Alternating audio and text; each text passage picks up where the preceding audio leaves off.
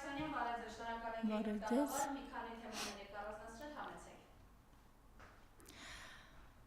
Բարև հայրենակից, նախ շնորհակալ եմ ընձեռված հնարավորության համար։ Եթե այս հարթակն էլ Աստված մի արասցե չլիներ, մարդու սիրտը կպայթեր, ասելիքը շատ, զայրույթը ավելի շատ, լավ մինչև երբ ժողովուրդ, մինչև երբ ես քեզ եմ հարցնում, եկել են եվրոպացիները, այ հողը սրան սման եվրոպացիների գլխին, ինչ Եվրոպա, Եվրոպան Մերկելի ղեկավարման 16 տարիների ընթացքում, այսինքն նա ոչ միայն Գերմանիայի կանցլերն էր, այլև Եվրոպական միության ղեկավարը։ Այդ 16 տարիների ընթացքում ամբողջ Առաջավոր Ասիան դատարկեցին, Միջին Արևելքը դատարկեցին, ինչքան մուսուլման կար, բերեցին, լցրեցին եվրոպական երկրներ, եւ այսօր Ֆրանսիայում, Գերմանիայում, Դանիայում, Հոլանդիայում դժվար է մտածել, սա եվրոպական երկիր է, թե մուսուլմանական։ Այս բոլորը արվում է փողի համար, այս բոլորը արվում է ինչքի համար, իս ինչ ամոթ է։ Լավ, եթե ինձ հիմա մատուցեին վերածննդի դարաշրջանի Եվրոպան, ես ծնկաչոք կընկնեի, շնորհակալ կլինեի այդ մատուցման համար, բայց այսօր մատուցվում է փողի մեռած։ Չեմ ուզում որևէ մի ազգի կրոնը վիրավորել, բայց մուսուլմանությունը ինչ գործ ուներ Եվրոպայում, ինչ գործ ուներ, հարցնում եմ։ Այսօր ֆրանսիական դպրոցներում 30%-ն է ֆրանսիացի դպրոցներում, մնացածը արաբ են կամ թուրք են կամ քուրդ են։ Ես ինքս չեմ եղել, բայց ով Գերմանիայից եկել է, ասում է Բերլինում շրջում ես փողոցներում, սպիտակ գույնի մարդ չկա։ Այսինքն Թուրանը իր չափերն է փոխել, ժողովուրդ, Թուրանի գաղափարախոսությունը փոխել է իր չափսերը, եթե պիտի Առաջավոր Ասիայից մինչև Չինաստանի հյուսիս արևելքը հասներ այդ տարածաշրջանը եւ որտեղ մեր մեծը Նժդեհի շնորհիվ կոկորտը խրված դաշույնի դեր կատարում էր Հայաստանը, այսօրվա իշխանությունները, այսօրվա թուրքական իշխանությունները, ինչպես ինձ համար շատ հարգելի Ղազարյանը կասեր, ադրբեջանա-թուրքական հեղափոխության ջատագովները, այսօր մեր երկիրն են դարձնում թուրքական, դե մեր ոչ բարով վարչապետի աթոռից գանված, սոսնձված, այդ անասունը, ներողություն եմ խնդրում ժողովուրդ, ակնդրից եւ ունկնդրից, ուրախ զվարթ ասում է Հայաստանը դառնում է Թուրանի մաս, այդ գետինը մտնես, քո 7 ցերնդով, քո շրջապատով, քո հետևից գնացողներով, քեզ ձայն տվողներով, գետինը մտնես, Թուրանի մաս եք հա դառնում, ես մի բուր Հայաստանն է մնացել, են էլ ուզում եք Թուրանին զոհաբերել, մատաղանել, հա, Թուրանին, այդ Թուրան չկարողանաս արտասանել, գետինը մտած, դու քո լկտի կողակիցը, քո էքը, որովհետև դուք այդպես էլ ոչ ամուսին եք, ոչ օրինական եք, ոչ էլ որևէ հասկանալի իրականության մեջ եք ապրում։ Այսօր այսպես, վաղն էլ մյուս կերպ։ Դե փողոցի մեծացածները, փողոցում բույն դրածները, փողոցում ծնթաբերածները, այդքան էլ հազիվ։ երբ որ չգիտեն ումից են երեխա ունենում։ Ես արդեն ես կարող եմ բացահայտ խոսել այդ մասին, որովհետև չեմ վախենա խղճից դեմ մեղք գործելուց, որովհետև այսօր այդ ղռերի կատուն համացանցում էլի կպել է հոգևորականներին, էլի կպել է եկեղեցուն, այ փարիսեցիներ, այ փողոցայիններ, այս շամ բերածներ, դուք երկուսդ և ձեր կողքի կանգնածները, ձեզ նման մտածողները բոլորը շամ բերած են,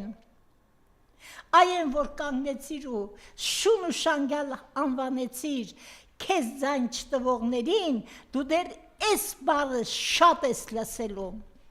շատ ես լսելու, ամեն օր պիտի լսես, որ դու ինքդ շամ բերած ես, քո կողքինը շամ բերած է, քո անունով գրված զավակները շամ բերած են, ուզում ես դատի տուր, աննորմալներ,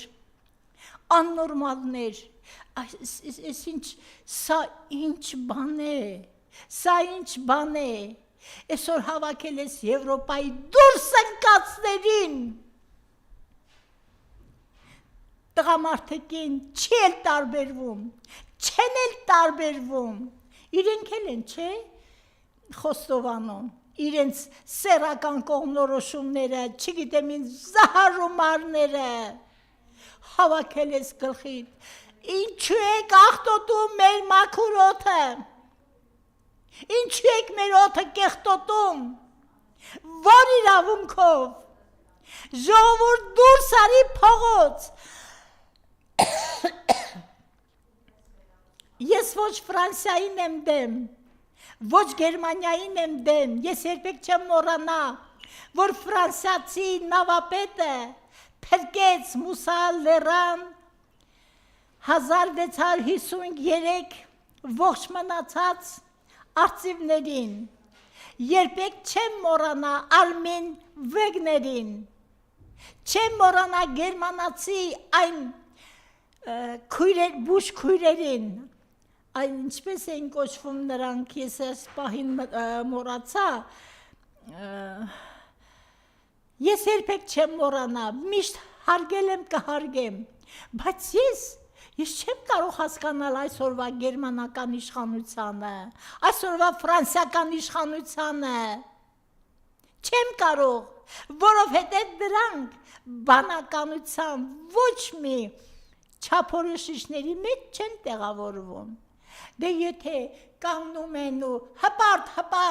հայտարարում, որ իրենք միասեռական են, գրող ու ցավեք, են Աստծո երեսներից թափած, ձեր ճակատին կնունքի միրոն չի քսվել, դուք ինչ քրիստոնյա ձեզնից այսօր, Հռոմի պապը չէր, որ երկու ոչ բարով տղամարդ համարվողների պսակ արեց եթերում,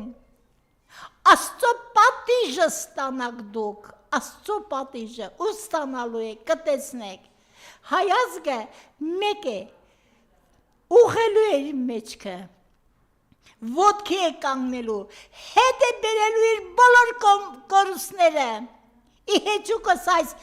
դուրս ընկածների, այս փողոցային շների,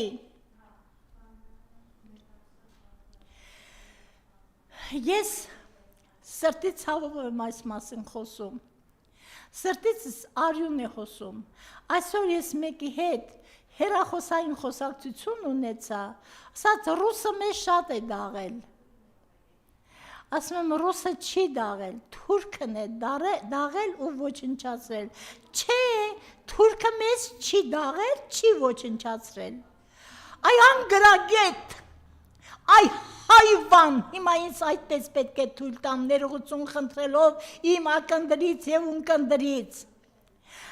Արևմտյան Հայաստանում 2 միլիոնից ավել հայեր ապրում, հիմա ուր են, որ թուրքը չի դաղել, ուր է քո ուղեղը, թե փոշիացել է լրիվ, այդ ինչպես եղավ, որ Ռուսաստանի տիրապետության տակ անցած Հայաստանում մնաց հայ էթնոսը, ստեղծվեց հայկական պետություն, մեկն էլ չէ, երկուսը։ Իսկ այնտեղ չկա, և ոչ մի հեռանիշները ասել են, նման ընգտան է։ Խեղկատակը խեղկատակին պիտի բերի, բա ինչ, բերել ես որ ինչ, այսինքն դու Ռուսաստանի դաշնության համբերությունն ես փորձում, կարտացեի, ես զարմ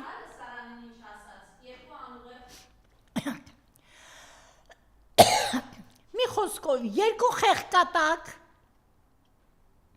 այն մեկին չհաջողվեց կործանել Վրաստանը, ժամանակին լավ էր, ազգը կանգնեց Իվանիշվիլուն որպես հենարան և իրենց երկիրը փրկեցին։ Այս երկու խեղկատակը ոչնչացնում են երկու ժողովրդի, հասկանում եք, ազգի, էթնոսի, ոչնչացնում են, կարծում եք Զելենսկին ուզում է, որ Ուկրաինան հաղթի, Զելենսկին ինչքան էլ խելագար, միևնույն է, նա հասկանում է, որ ինքը չի կարող Ռուսաստան հաղթել, բայց շարունակում է պատերազմը, չի ուզում ավարտել այն, ինչպես մեր սեփական աննորմալը, Պուտինը առաջարկեց կանգնեցնել երկու անգամ 44 օրյա պատերազմը, չէ մենք կկռվենք, մենք հաղթելու ենք և արծրունի շրթունքներով ամեն օր, իսկ մեր ժողովրդին անխղճորեն խաբում էին, թե մենք հաղթում ենք, գետինը մտնեք այդ հաղթանակով, գետինը մտնեք, Ես ինչքան դառնություն մեզ ստիպեցիք կուլ տալ, քպը ինչքան ես դառնացրել մեր հոգիները, մեր զգացմունքները, հիմա է Զելենսկին է այդ նույնը անում, հաղթվելու ես, այ ոչխար, ներողություն եմ խնդրում ունկնդրից, ակնդրից, էդ ամբողջ Եվրոպան 50 երկիր կռվում է մի երկրի դեմ, չի կարողանում հաղթել, դու պիտի հաղթես, հա? Այսինքն, դուք խաղ եք անում երկրագնդի ճակատագրի հետ, ոչ միայն Ռուսաստանի Դաշնության, այլև ամբողջ աշխարհի երկրագնդի, են օվկիանոսներից են կողմ վերընկած են նույն գիժը, կապելու գիժել են է, այսօր հայտարարեց, որ ինքը մտադիր է դեռ 10 տարի մնալ նախագահ, ինչ լավ է, ուզում եմ պիտի մնամ նախագահ, ուզում եմ Իրանին խփել պիտի խփեմ, ուզում եմ Թուրքիային սիրեմ պիտի սիրեմ, այս ինչ փայլուն դիվանագիտություն են սկսել այս ղեկավար կոչված այլանդակները, անհոգիները, անխիղճները, որոնց համար մարդկային կյանքը ոչինչ չար։ Նիկոլ, փողոցով իշխանության հասած, փողոցներում քո դեմ պարած, մայթերին թավալված, այն մարդիկ, որոնք հիմա արդարանում են, թե չենք հասկանում, ձերս կոտրվեր, ոտքս կոտրվեր, հիմա հունիսի 7-ը դիմացն է, էլի ես ասելու ձերս կոտրվեր, ոտս կոտրվեր, ձեր ուղեղն է կոտրված, ձեր ուղեղը, որովհետև Նիկոլականի նախկինը չի լինում, ես չեմ ուզում հավատալ, որ Նիկոլին մեկ և երկրորդ անգամ ձայն տվողը հիմա նորից չի գնալու տա, եթե նման բան անեք, Աստծո անեծքը ծանրանա ձեր 7 սերունդների վրա, ով կգնա այս անգամ ԿՊ-ին ձայն կտա, ես չգիտեմ ինչ ասել։ Ես արդեն սկսում եմ մտածել, որ գենի դեմ պատերազմից իրոք անմիտ բան չկա, որտեղ մեր ժողովրդի գենի մեջ սողոսկել է թուրքականը, թուրքական գենն է սողոսկած, հակառակ դեպքում ինչպես կարող է հայը գնալ ու քեպային ձայն տալ, այսքան լուսավոր դարում, ինչպես ասում են, երբ գաղտնի գրեթե ոչինչ չի մնում, ամեն ինչ կա, համացանցում, հեռուստացույցում, ռադիոյում, չգիտեմ էլ որտեղ, եթե այսքանից հետո մարդիկ կլինեն, որ հետո կասեն, չենք հասկանում, բայց ես ոչ մի անգամ ուղղակի չեմ կարողանում հասկանալ, թե մարդը չհասկանալով ինչպես է գնում ձայն տալիս։ Օրինակ ես 18 թվականին, երբ լսում էի, որ Նիկոլի հետևից գնում են, ուղղակի ինձ համար մի հարց էր հետաքրքիր։ Այդ կիսագրագետի հետևից ովքեր են գնում։ Ինչու են գնում։ Հետո իմացա, որ Սերժին մերժելու։ Լավ, Սերժին մերժում եք, բայց ում եք բերում, մտածում եք։ Այն ժամանակ Սերժին մերժողներ, այն ժամանակ մայթերին թավալված ոչխարներ։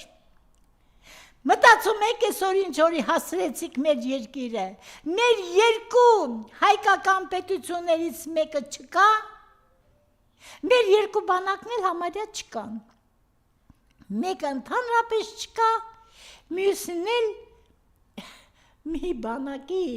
գերագույն գլխավոր հրամանատարը, այ հողը գլխիդ, դու ես հա հրամանատար, այ ոչխար, դու բանակից ինչ գիտես,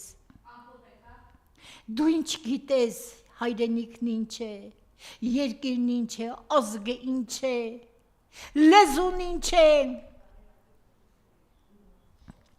Հիմա այս խաղաղությունով ես խապում, դա քեզ չի հաջողվելու։ Նորմալ գրագետ ուժերը կհամախմբվեն ու դու գնալու ես գրողի ծոցը, աղբանոց ես դու գնալու։ Եվ ամփոփեմ երկու նախադասություն Գեգամ Նազարյան, գետինը մտնես։ Մենք չափից շատ լացել ենք մեր զոհերի համար։ Մենք ոտու ձեռ մաշեցինք երաբլուր գնալ հետ գալով, որովհետև այդ զոհերը մեր բոլորի երեխաներն էին, որովհետև ազգի մեջ ուրիշի երեխա չի լինում։ Ես ամեն անգամ քրքրվում եմ, իմ 5 աշակերտներն են զոհվել, բայց դու անամոթ, անպատիվ, դու ուրացար քո որդու արյունը, դու ապրելու իրավունք չունես, Գեգամ Նազարյան ես, ինչ շուն ու շանգյալ ես։ Ես եմ շնորհակալ։